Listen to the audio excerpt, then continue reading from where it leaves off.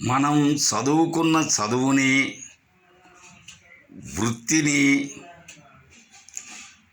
10 మందికి ఉపయోగపడటానికి కాకుండా మన స్వార్థ ప్రయోజనాల కోసం 10 మందిని ముంచైనా మనం పైకి రావాలి, మనం 4 డబ్బులు సంపాదించాలి, 10 మందికి అన్యాయం చేయాలని తలంచితే మనమే ఒకానొక రోజు తప్పనిసరిగా నాశనం అయిపోతాం.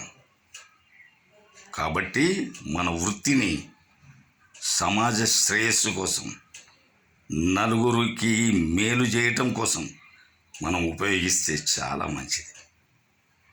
అది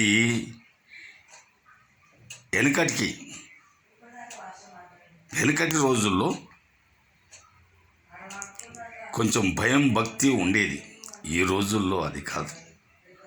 ఈ రోజుల్లో ప్రతివాడు తన వృత్తిని ఆసరాగా చేసుకొని ఎదుటి వాళ్ళని డబ్బు పరంగా నష్టపెట్టి వాడు లాభం పొందాలని చూస్తున్నారు చాలామంది.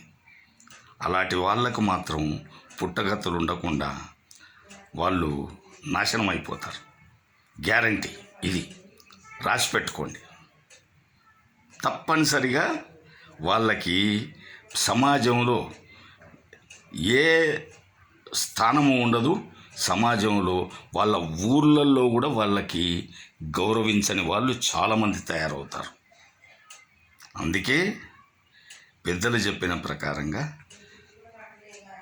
పెద్దల మాట విని అది సద్దిమూటగా భావించి నలుగురికి మోసగించే పనులు కాకుండా నలుగురికి మేలయ్యే పనులు చేయగలిగితే అదే 10,000.